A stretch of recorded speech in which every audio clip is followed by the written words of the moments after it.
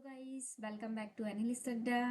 ये हमारी over riding की सीरीज चल रही है जिसमें हम रूल्स को चेक कर रहे हैं कि किस रूल्स को हम फॉलो करेंगे ओवर राइडिंग कॉन्सेप्ट में। राइट, ओवर राइडिंग करते समय हमें क्या क्या रूल्स को फॉलो करना चाहिए। करेक्ट। तो हमारे प्रीवियस जो पार्ट्स हैं ओवर राइडिंग के वो भी आ चुके हैं। जिन्होंने नहीं देखे हैं वो ओवर राइडिंग के प्रीवियस वीडियो देख सकते हैं प्लेलिस्ट में जाके। आज की ओवर राइडिंग जो आज का वीडियो है ओवर राइडिंग का, उसमें हम समझेंगे कि शैडोइंग कॉन्सेप्ट क्या होता है ओवर राइडिंग में। Okay, anyone knows the shadowing concept in overriding? Comment on the comment box. Write the comment box what is shadowing concept in overriding. Okay, so today's topic is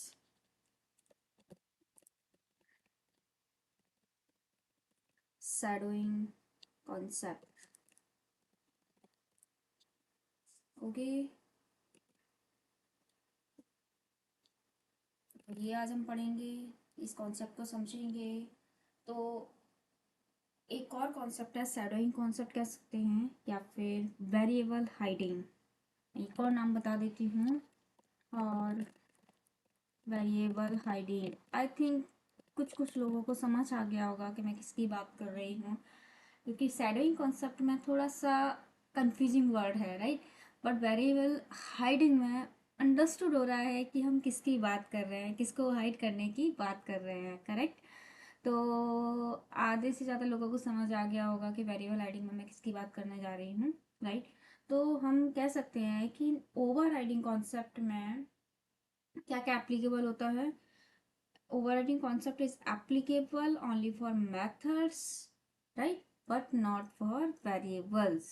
Okay, variables अगर हम hide करेंगे तो variables मतलब override करने की try करेंगे, तो उस कॉन्सेप्ट को हम क्या कहलाएंगे, वेरिएबल हाइडिंग, या फिर कह सकते हैं शैडोइंग कॉन्सेप्ट। और वेरिएबल रिजोल्यूशन, वेरिएबल में जो रिजोल्यूशन होगा always takes care by compiler based on reference type. Okay, तो आपको ये समझ आ गया होगा कि क्या होता है ओवर राइडिंग हम किस में कर रहे हैं, मेथड्स में कर रहे हैं। ओवर राइडिंग कॉन्सेप्ट मेथड्स में एप्लीकेबल है, बट किस में एप्लीकेबल नहीं है, वेरिएबल्स में एप्लीकेबल नहीं है।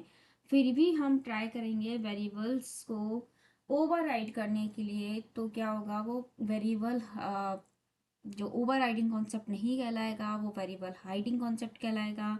और वेरिएबल हाइडिंग कह सकते हैं, या फिर इस टाइप के कॉन्सेप्ट को क्या कह सकते हैं, शैडोइंग कॉन्सेप्ट भी कह सकते हैं। ओके, तो हम एक एग्जांपल लेते हैं, उसमें हम समझते हैं क्या कैसे वेरिएबल जो हाइड होगा वो कैसे होगा, और वेरिएबल ओवरराइड क्यों नहीं होगा। क्या आउटपुट आएगा, क्या आउटपुट ओवरराइडिंग के अकॉर्डिंग आएगा या फिर वेरिएबल हाइडिंग के अकॉर्डिंग आएगा। क्योंकि आपको पता है कि जो हाइड हो रहा होगा, कुछ भी वेरिएबल हाइड हो रहा होगा, मैंने वहाँ पे बताया था स्टैटिक में भी हाइड हुआ था। ओके, तो हाइडिंग कॉन्सेप्ट किसके थ्रू होता है, कंपाइलर के बिहाफ पे होता है, बेस्ड ऑन रेफरेंस टाइप। जबकि ओवर राइडिंग में कैसे रिजोल्यूशन होता है, रन टाइम रिजोल्यूशन होता है। ओके, जेवीएम के द्वारा रिजोल्यूशन होता है बेस्ड ऑन, जो भी टेक केयर करता है, कौन करता है, जेवीएम होता है, और based on run time object. Okay, जो भी रन टाइम ऑब्जेक्ट होता है उसके बिहाफ पे हम क्या करते हैं, उसका आउटपुट गेट करते हैं। तो हम यहाँ पे चलते हैं, एक एग्जांपल लेते हैं। क्लास पेरेंट एग्जांपल लिया मैंने। ओके, इसमें एक वेरिएबल डिफाइन कर रही हूँ, स्ट्रिंग वेरिएबल डिफाइन कर रही हूँ।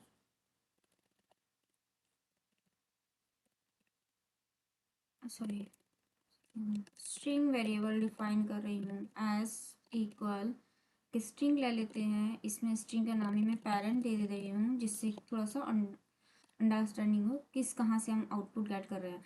ओके, और यहाँ पे मैं एक और क्लास बना लेती हूँ, class child x tends parent, right, ये है ना। स्ट्रिंग एस इक्वल टू, मैं इसको क्या कर रही हूँ, ओवरराइड करने का कोशिश कर रही हूँ। यही है, समझ आ रहा है। आपको दिख रहा है कोई एरर भी नहीं आ रही है, नहीं आ रही ना, एरर भी नहीं आ रही है। तो हम कह सकते हैं, ऐसे मुझे लगा कि एरर नहीं आ रही है तो नहीं, ओवर राइडिंग हो जाएगा। ट्राई करते हैं ओवर राइडिंग होगा कि नहीं होगा। Public static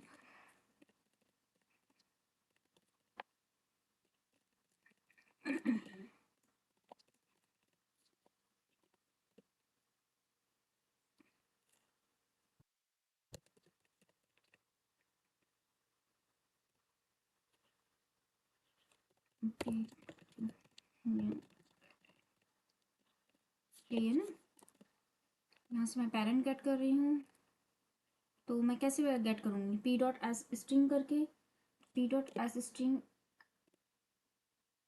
P dot S, right.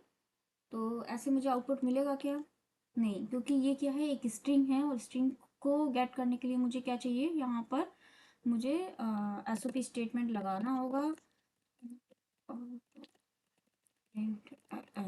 इसके अंदर मैं इसको गेट कर सकती हूँ, राइट। इसके अंदर मैं इसको गेट कर सकती हूँ, इसका आउटपुट। चाइल्ड का लेती हूँ,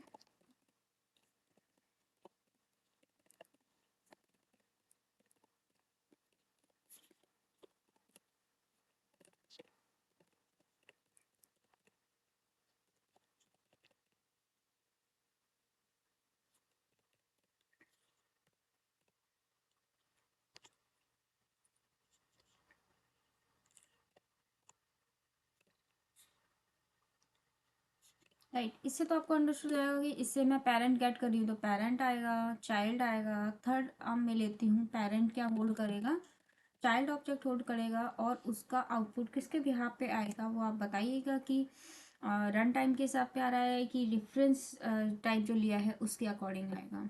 P1, राइट, न्यू चाइल्ड।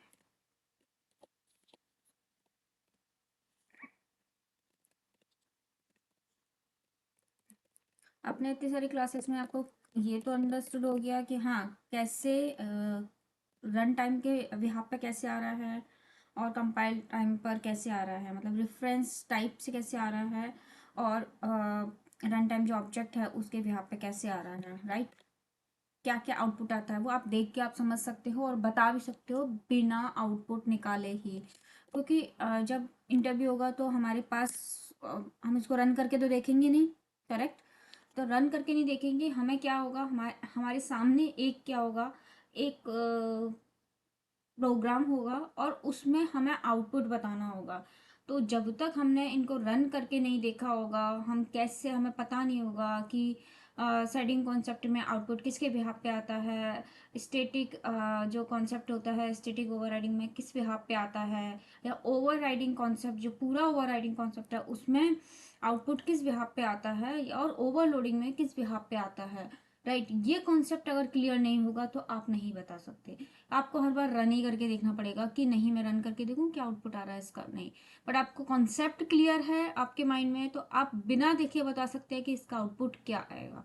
तो बहुत बड़ा प्रोग्राम नहीं देंगे आपको, जब इंटरव्यू होगा छोटा सा ही प्रोग्राम होता है, बट वो छोटे से प्रोग्राम में आपको समझ आना चाहिए कि क्या आउटपुट आना चाहिए इसका, या कहाँ पर एरर आ रही है। ज़रूरी नहीं है कि सब सारे इंटरव्यू में यही पूछेंगे कि नहीं आउटपुट क्या आएगा। कई बार ये पूछ सकते हैं कि एरर कहाँ पर है। इसलिए उससे पहले मैंने पेंट में क्लासेस ली थी, जिससे आपको समझ आया कि कहाँ से, कैसे हम क्लास क्रिएट कर रहे हैं, कैसे हम मेथड क्रिएट कर रहे हैं, कैसे हम पब्लिक जो मेन मेथड है वो कहाँ क्रिएट कर रहे हैं, कैसे क्रिएट कर रहे हैं, कर्ली ब्रैकेट कहाँ स्टार्ट कर रहे हैं, एंड कहाँ कर रहे हैं, राइट। तो ये सब कुछ चीज़ पता होना चाहिए, राइट। इस पे आईडी पे आने से पहले ये बेसिक कॉन्सेप्ट है जो तुम्हें पता होना चाहिए जब हम प्रोग्राम लिखने जा रहे हैं उससे पहले, राइट। तो आपको पता है कि मैं जो बता रही हूँ कि शैडोइंग कॉन्सेप्ट वेरिएबल हाइडिंग है, मतलब वो एप्लीकेबल नहीं है ओवर राइडिंग में, राइट। तो उसका आउटपुट किसके बिहाफ पे आएगा, आउटपुट आएगा कंपाइलर बेस्ड ऑन कैसा, रेफरेंस टाइप। रेफरेंस क्या है, यहाँ पे पेरेंट है, तो इसका आउटपुट क्या आना चाहिए, इसका आउटपुट पेरेंट आना चाहिए, राइट। इसका आउटपुट क्या है, इसका आउटपुट चाइल्ड आना चाहिए। इसका आउटपुट क्या आएगा, इसका आउटपुट पेरेंट है इसका, क्या है, पेरेंट है, इसमें रेफरेंस टाइप, तो हमारा आउटपुट क्या आएगा, पेरेंट आएगा, राइट।